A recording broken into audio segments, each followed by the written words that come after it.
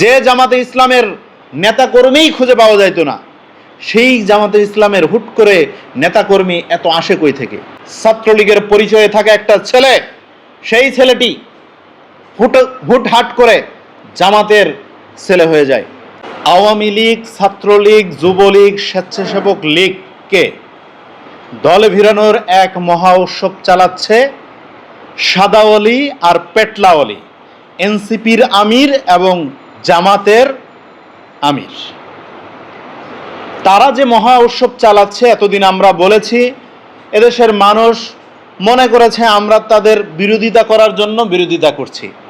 কিন্তু গতকালকে নাহিদ ইসলাম তার সংবাদ সম্মেলনের মধ্য দিয়ে সেটি প্রমাণ করে দিয়েছে।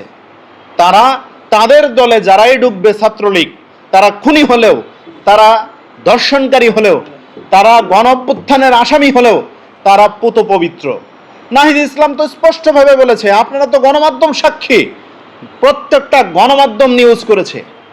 নাহিদ ইসলাম বলেছে কে জামাত, কে এনসিপি, কে ছাত্রদল, কে ছাত্রলীগ, কে কোন দল করে, কে কোন মত করে, সেটা বিষয় না।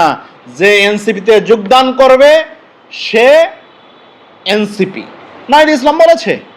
আমরা এতদিন বলে এসেছি যে সাদেক কায়ুম দীর্ঘ সময় আওয়ামী লীগের, ছাত্রলীগের রাজনীতি করে এসেছে। লাস্ট বিপি নির্বাচনের আগ মুহূর্ত পর্যন্ত সেই ছেলেটি ঢাকা বিশ্ববিদ্যালয়ের হলে ছাত্রলীগের পরিচয়ে ছিল।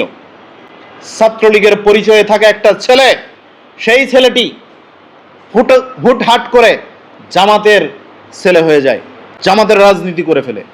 আমরা বারংবার বলি, জামাতের লঙ্গির নিচে এনসিপি আর জামাতের নেতাকর্মী, ছাত্র শিবিরের নেতাকর্মীরা বসবাস করে। তারা সেখানে রাজনীতি করে এসে বলে যে আমরা করি নাই।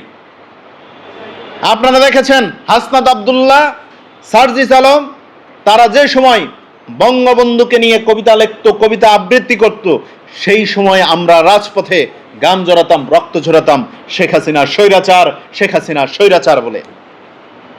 এই হলো তাদের অবস্থা। যারা এক সময় আওয়ামী লীগ করেছে, যারা এক সময় ছাত্রলীগ করেছে, তারা এই পবিত্রকরণের মেশিনে ঢুকে পবিত্র হয়ে যাচ্ছে।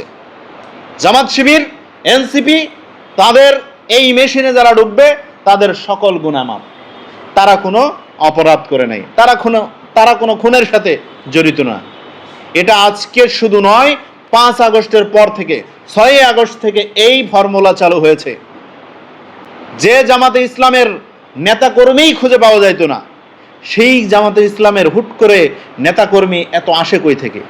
তার দুইটা মাধ্যম। একটা হলো আওয়ামী লীগকে নিষিদ্ধ করার উদ্দেশ্যই ছিল জামাত ইসলামের নেতাকর্মী সংকট, সেই জন্য তাদের ওখান থেকে কিছু নেতাকর্মী তাদের দিকে ডাকা এক।